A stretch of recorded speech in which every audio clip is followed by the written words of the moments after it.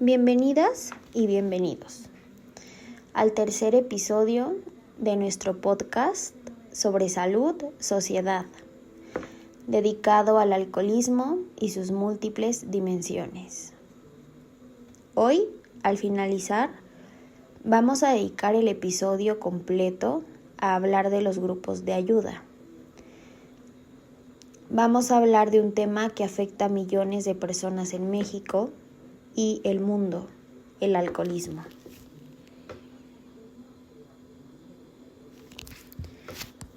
Más allá de los estigmas y prejuicios, el alcoholismo es una enfermedad compleja, como ya antes lo mencionamos, con raíces sociales, emocionales y biológicas.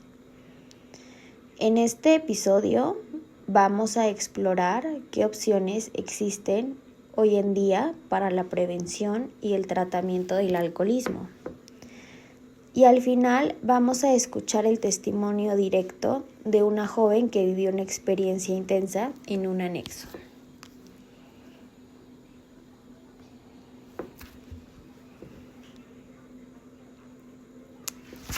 ¿Qué entendemos por prevención? Cuando hablamos de prevención del alcoholismo, es importante pensar en varios niveles.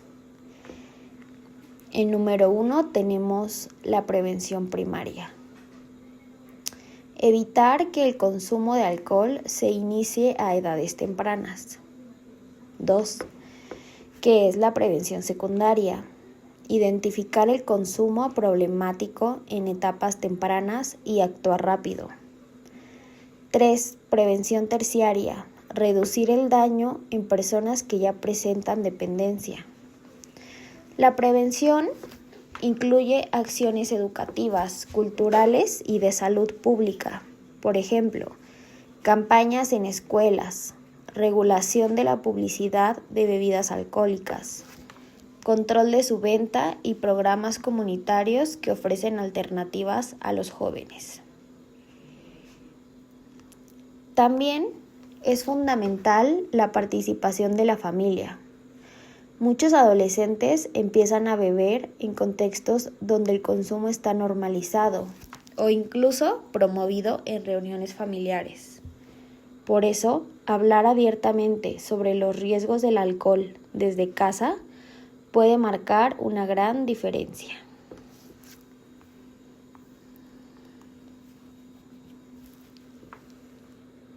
Tratamiento en enfoques actuales. Pasemos ahora al tratamiento. Hay muchas formas de abordar el alcoholismo y lo importante es entender que no hay una única solución válida para todos. Entre los enfoques más conocidos están la terapia psicológica individual. Ayuda a la persona a entender las causas de su consumo y desarrollar estrategias para mejorar la ansiedad, la frustración o la presión social. Terapia familiar. Involucra a los seres queridos para trabajar dinámicas que puedan estar reforzando el problema. Grupos de ayuda mutua como Alcohólicos Anónimos ofrecen contención emocional, compañía y experiencias compartidas. Además, existe el tratamiento médico con apoyo farmacológico, que puede incluir medicamentos para reducir la ansiedad, evitar la abstinencia o bloquear los efectos del alcohol.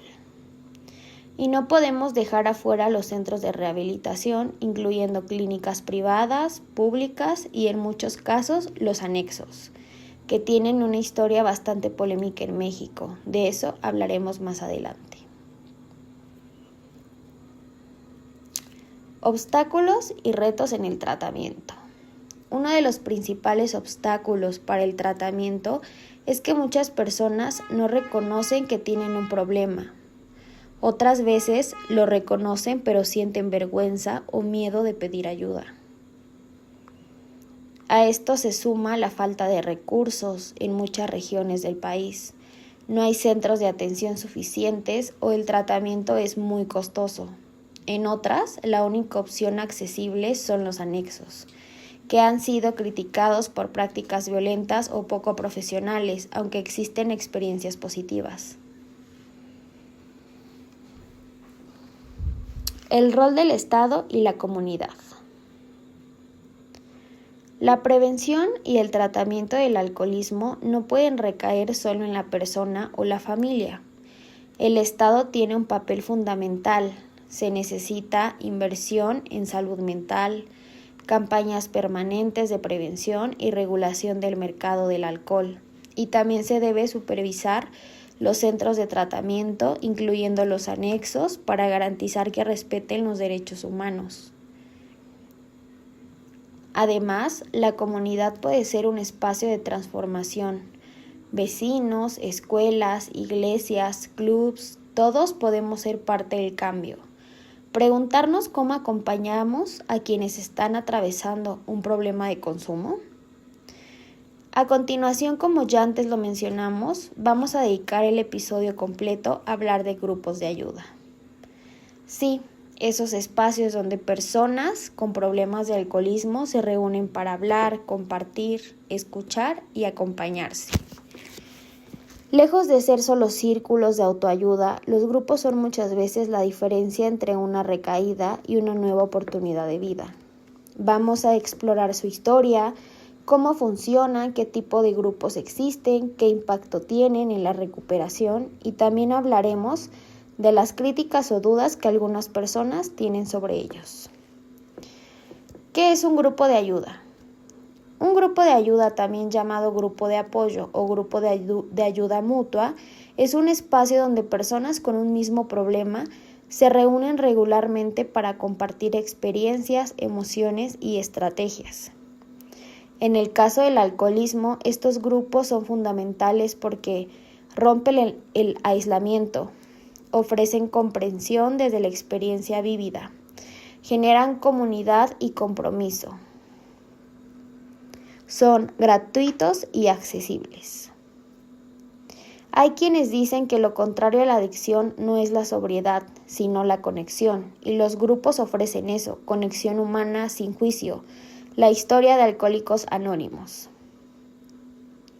El grupo más conocido es Alcohólicos Anónimos o AA, fundado en 1935 en Estados Unidos por Bill y el Dr. Bob Smith.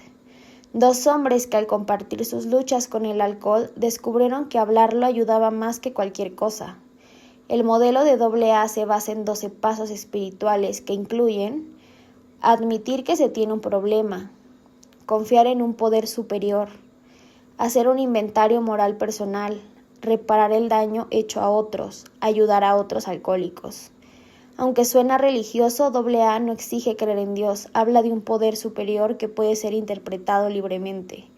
AA llegó a México en 1946 y desde entonces ha crecido enormemente, con miles de grupos en todo el país. ¿Cómo funcionan los grupos? Las reuniones de AA suelen hacerse todos los días o al menos varias veces por semana. Se realiza en iglesias, centros comunitarios, cosas prestadas o espacios propios. En muchos lugares incluso hay grupos abiertos 24 horas.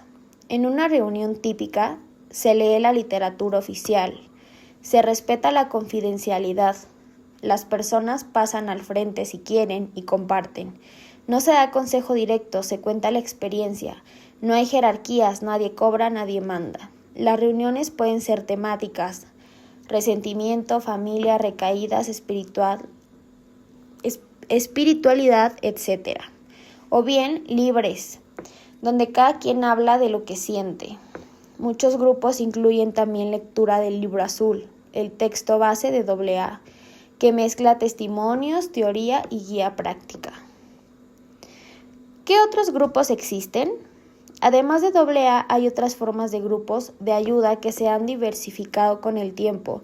Grupos 24 horas nacieron en México en los años 70, son más estrictos, son reglas más firmes y en algunos casos controversiales. Usan el mismo modelo de AA pero con más intensidad. Grupos mixtos donde participan personas con múltiples adicciones, alcohol, drogas, juego, etc. Grupos de acompañantes o familiares como Al-Non o Laten, pensados para familiares de alcohólicos.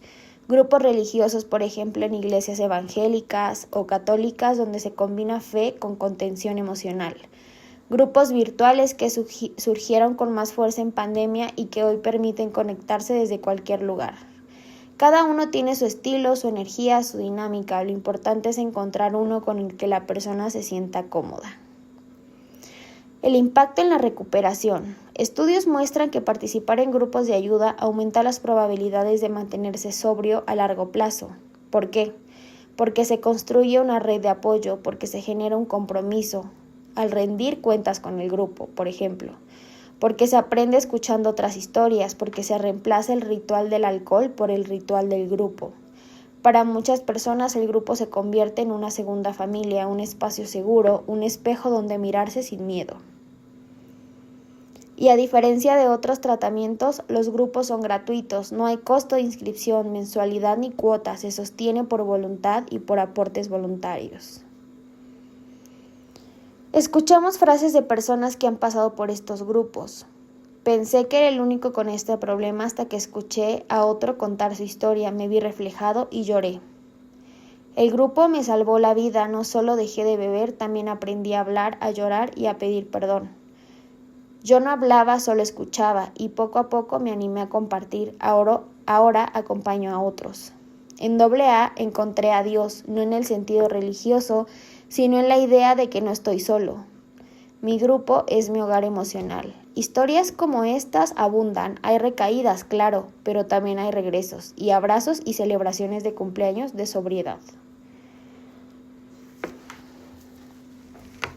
No todo es ideal. Algunas críticas a los grupos incluyen exceso de religiosidad en algunos casos, ambientes muy duros o confrontativos, especialmente en grupos de 24 horas, falta de formación profesional, dinámicas de poder informal que pueden volverse tóxicas.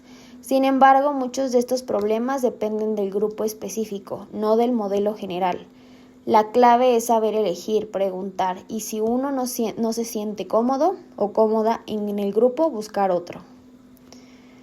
¿Cómo acercarse a un grupo? Si tú o alguien que conoces está buscando ayuda, lo primero es saber que no necesitas estar peor para ir, basta con querer cambiar. No te van a juzgar, todos allí pasaron por lo mismo. Puedes ir a escuchar sin hablar, puedes ir a varios grupos antes de decidir quedarte. En casi todas las ciudades hay grupos de AA o similares. También puedes buscar en internet o preguntar en centros de salud. El primer paso cuesta, pero después suele ser transformador. Hoy hablamos de los grupos de ayuda, esos espacios donde el dolor se comparte y se transforma, donde las recaídas no son fracasos, sino parte del camino, donde la voz de uno puede salvar a otro. Recuerda, si estás luchando con el alcohol, no estás sola, no estás solo. Hay un grupo allá afuera esperándote con café caliente y oídos abiertos. Gracias por acompañarnos. Esto fue Grupos de Ayuda, comunidades que salvan vidas. Y ahora, como lo prometimos, vamos a escuchar a alguien que tiene una historia personal para compartir. Ella es una joven mexicana que vivió una experiencia en un anexo. Le hicimos una serie de preguntas para conocer cómo fue su camino desde el consumo hasta su tratamiento. A continuación, hola, hoy tenemos el gusto con Erika. Ok, Erika. Vamos a empezar con las preguntas, ¿va? Ok. Sobre el consumo. ¿A qué edad empezaste a consumir alcohol? Exactamente a los 14. Ok. ¿Recuerdas en qué contexto fue tu primera vez? Pues era desde niña. Mi abuelo yo crecí en un pueblo, en provincia, entonces mi abuelo nos daba pulque y nos regalaba un vaso, nos decía, tómate tu pulque. Lo estaba tomando y nos regalaba pruebas. Sí. Desde niña. Pequeña. Ok. ¿Consumías sola o acompañada? Regularmente sola. Ok. ¿Con qué frecuencia tomabas? Pues estamos hablando de hace unos 2-3 años, con mucha frecuencia, casi era cada 2 días, cada tercer día. Ok. ¿Tu consumo aumentó con el tiempo y cómo? Cuando el tiempo que viví sola aumentó bastante. después de trabajar siempre era una botella. Y fue así durante como unos 3, 4 meses. Ok. ¿Sentías que podías dejarlo cuando quisieras? Algunas veces, algunas otras no. ¿Cómo afectaba tu consumo a tu salud? Pues yo creo que de todo se nos refleja en las mañanas, ¿no? Cuando no te quieres levantar ¿Las para ir a crudas? trabajar, sí, claro. Ok. ¿Y a tus relaciones familiares? Ah, pues no tanto. En mi ¿No? familia no es tan mal visto que consuman alcohol, entonces cuando el tiempo que viví sola fue cuando más lo hice, pues en realidad no. No se dieron No cuenta. tenía contacto con mi familia, entonces pues siento que no. Ok. ¿Tus amigos también consumían? Sí, claro. Ok. ¿Alguna vez tuviste un accidente o situación grave por beber? No, nunca. Nunca. Sobre el porqué del consumo, ¿por qué crees que empezaste a consumir? Mm, Aparte de lo de tu familia y así. pues es un poco más como disociar con las Ok. personas. ¿El alcohol te hace sentir mejor emocionalmente? Emocionalmente no. A veces me ponía muy mal, pero lo disfrutaba, me hacía, no sé, poner como en perspectiva las cosas en las que estaba viviendo. Ok. ¿Buscabas escapar de algo? Mm, sí, de las personas. ¿En algún momento fuiste consciente de que tenías un problema? Mm, pues yo creo que todos tenemos ese pequeño detalle de conciencia, ¿no? De que es malo, ¿no? Porque en cierto punto en la sociedad es mal visto, ¿no? Por ciertas cuestiones, religiones y etcétera, ¿no? Pero, mm, pues me da igual. Ok. ¿Intentaste dejar de beber por tu cuenta? Sí, sí lo hice. Sí lo hice, pero fue más por economía. Ok. ¿Qué sentías cuando no podías consumir? Mm, ¿Qué sentía? Pues nada, me disociaba con otras cosas. ¿Alguna vez te hablaron sobre las consecuencias del alcohol? Pues no como tal así como hablarlo, ¿no? Sino que uno se da cuenta, por ejemplo, te digo, mi familia es alcohólica, Sí, sí. entonces pues uno se da cuenta, ¿no? En las causas y las consecuencias que a veces generan los actos, principalmente de mi padre, ¿no? Sí, claro. Ahora cambiando el tema sobre de que estuviste en el anexo, ¿quién tomó la decisión de que fueras al anexo? Pues fue mi madre. Tu mamá. ¿Te llevaron voluntaria o fue forzado? Pues no sabría cómo decirlo, ¿no? Sino que eh, fue una situación medio extraña. Porque vine a visitar a mi madre y ella pues había tomado esa decisión, ¿no? Entonces me tomó así como desprevenida, ¿no? Porque yo venía a estar con ella y ella fue la que dijo, no, pues están estas personas afuera, te vas a ir con ellas porque no me gusta la situación en la que estás pasando, ¿no? Yo no Sí, veo sí. un avance, entonces pues tomé esa decisión y quiero que la respetes. Entonces lo hice, lo respeté y pues me chuté el tiempo necesario para, pues no sé, para taparle el ojo al macho. ¿Cómo fue tu llegada al anexo? Pues como tenía varios problemillas ahí como mentales, o pues sí, mucho aislamiento. Pues soy una persona muy aislada, entonces sí me cuesta un poco de trabajo pues hablar con las personas y esto. Y luego como en un lugar que pues no conozco, es más. Sí, claro. ¿Cuánto tiempo estuviste? Estuve medio año. Medio año. ¿Cómo era el trato de los encargados? Pues pues es bueno, ¿no? Cuando uno actúa bien, creo que a uno le va bien, ¿no? Y luego más en un círculo cerrado donde tienes un cierto horario y ciertas responsabilidades que tienes que cumplir, ¿no? Quieras o no quieras, o sea como sea, las consecuencias uno se las busca, ¿no? Sí, claro. ¿Había reglas estrictas y cuáles eran? Pues la mayor cuestión de ese lugar es mixto, entonces no tenía que tener contacto con los hombres y pues sí había ciertas condonaciones hacia hablar hacia las personas. Solamente como hay como horarios en los que podías expresarte tus opiniones. Ok. ¿Cómo era el día a día dentro? Pues obviamente tienes una rutina, tienes un horario y pues al principio obviamente es difícil, ¿no? Como cualquier cosa, como cualquier rutina que uno se proponga. Pues sí, con el tiempo te acostumbras. Al final de cuentas era algo muy básico, ¿no? Te despiertas, te lavas los dientes, no sé, teníamos una junta, ya después desayunábamos y después teníamos que hacer limpieza y bueno, que era constantemente como el aseo personal. Okay. Entonces, y las juntas y el aseo y las juntas y, o sea, ver tú en qué condición estás. Okay. ¿Tenías contacto con tu familia? Mi familia me visitaba cada 15 días.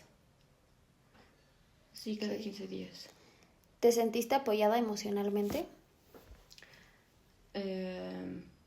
Pues en lo personal me cuesta mucho trabajo abrirme a veces en las cuestiones en las que, o sea, puedo expresar lo que estoy viviendo y lo que vivo así libremente, pero así como expresar esas cuestiones de, me siento de esta manera o me siento de esta otra, pues me es muy difícil en muchas ocasiones. Y más con la familia, ¿no? Porque desde muy pequeña nunca tuve contacto así, pláticas con mi madre o con mi familia, no, nunca. Entonces, o sea, el contacto era ausente. Sí. Entonces, cuando tuve problemas y lo hice, no sé, fue así como una bomba. Entonces fue cuando tomaron la opción de, pues no, pues está loca, vamos a encerrarla. O tiene problemas, vamos a encerrarla.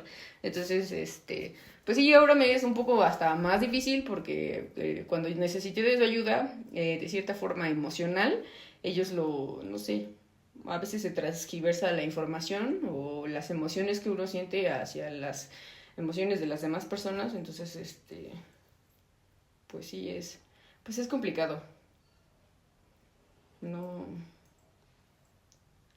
No se me da tanto expresar lo emocional. ¿Te sentiste maltratada en algún momento?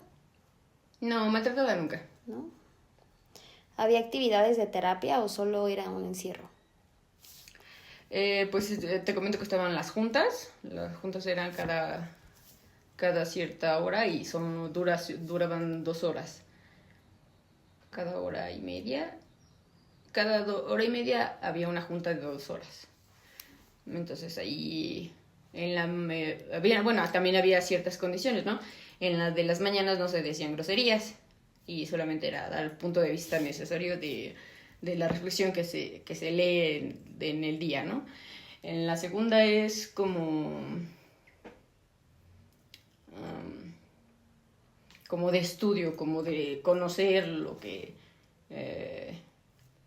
ya por escrito las consecuencias que uno tiene tras hacer ciertas acciones, ¿no? Estamos hablando del alcohol. La otra que teníamos era como más de reflexión. Y la última era como de dar tu punto de vista. Okay. Así personal, de cómo te sentías en el día, o cómo viviste tu día, o qué era lo que estabas pensando durante todo el día. Super. ¿Qué fue lo más difícil de estar ahí?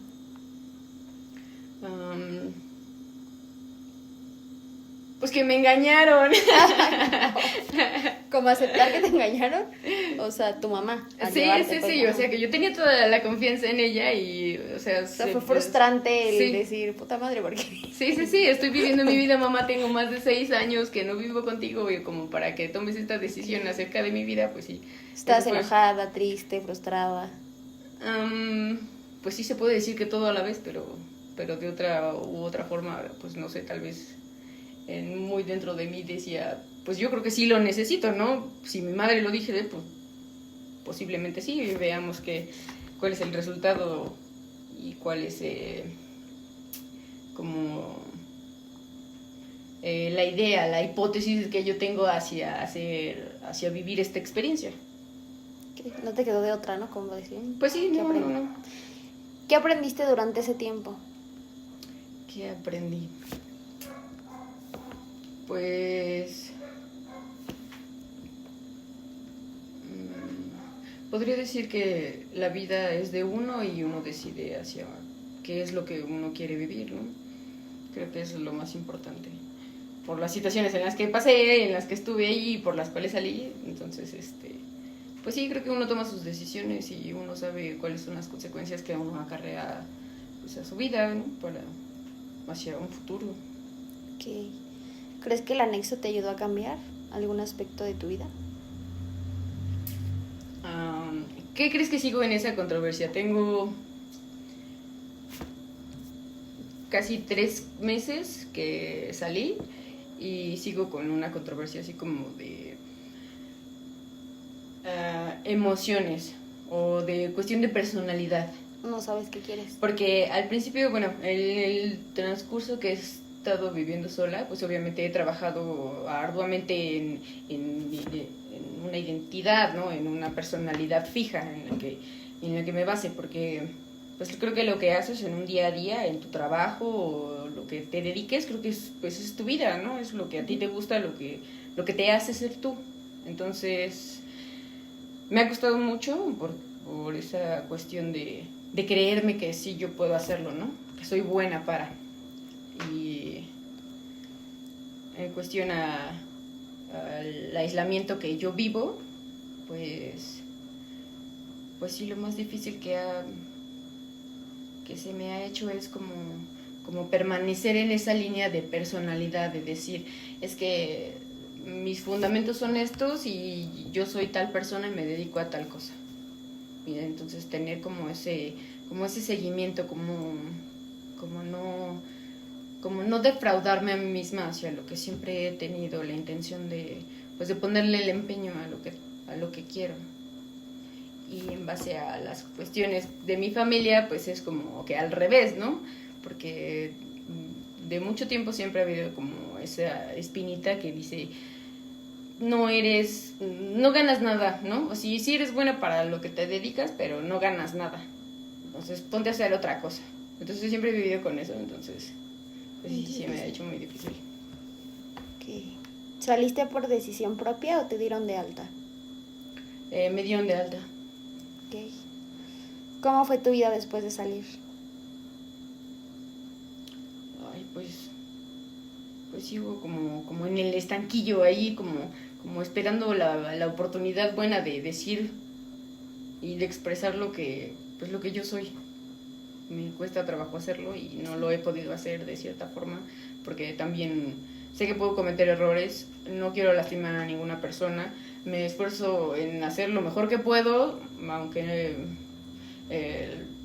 la reversa sea pues no recibir nada, ¿no? Sin en cambio, no sé, mi prioridad es hacer las cosas bien, porque las cosas se hacen bien, si no, pues yo creo que los resultados no son los que uno espera, principalmente pues no van a ser como nos los imaginamos, pero el resultado puede variar bastante. Pero mientras más se acerque a lo que me satisfaga, pues creo que está bien. Okay. ¿Qué le dirías hoy a alguien que está pasando por lo que pasaste?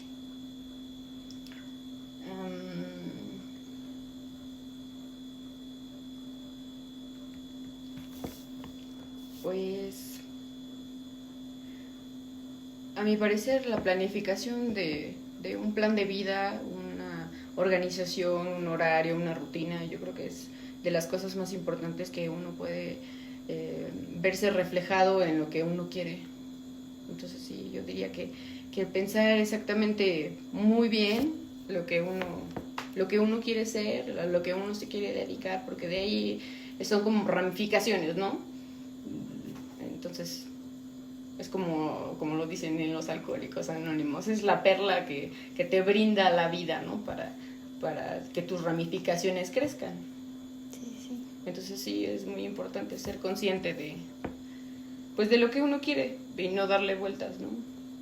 No, Ok. muchas veces nos ponemos nosotros mismos esa venda en los ojos que, pues sí, lo sé, pero pues lo pospongo, ¿no? Después.